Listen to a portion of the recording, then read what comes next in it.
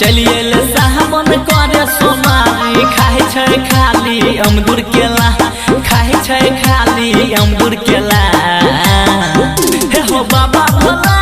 छौरी के निमन दिहो दुल्हा हे हो बाबा भोला छौरी के निमन दिहो दुल्हा चलिए ले साहबन करे सोमारी चलिए ले साहबन करे सोमारी खाए छै खाली अमदुर केला हे हो बाबा भोला छौरी के निमन दिहो दुल्हा हे हो बाबा भोला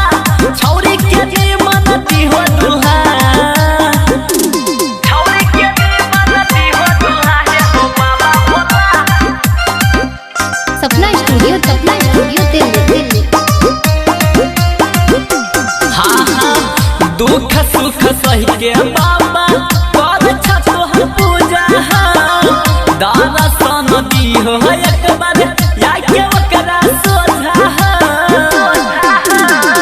दुख सुख सही के बाबा कर तोहर पूजा